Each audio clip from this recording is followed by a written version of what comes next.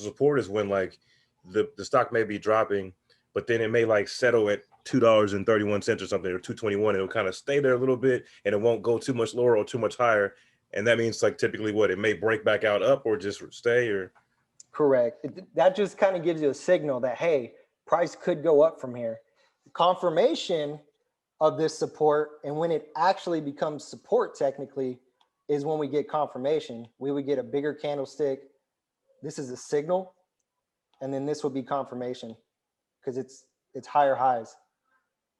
Okay. That's where you buy.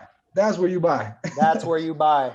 That is where you buy. Yes. An aggressive trader would enter here, but guess what? They could still get, if they set their stop loss here or somewhere here, a really aggressive trader would actually put their stop loss 10 to 25% underneath this intraday support.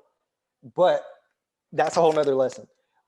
But yes, this would be when you buy the confirmation. That's a very conservative way of trading. That's how I like to trade.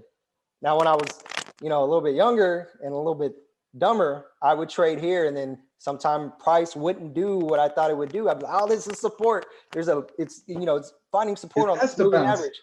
And then it doesn't bounce. It falls through. So, I do that shit all the time, bro. Yes, I hate it. Yeah, you're confident. You think, oh, this is support. This is support. Nah, it's gonna bounce. It's gonna bounce. Nah, we need confirmation. Sometimes it's okay to be conservative. You would have left a little money on the table, yeah, but at least it confirmed. It confirmed. Only thing bouncing is my check. Exactly. Yes, sir.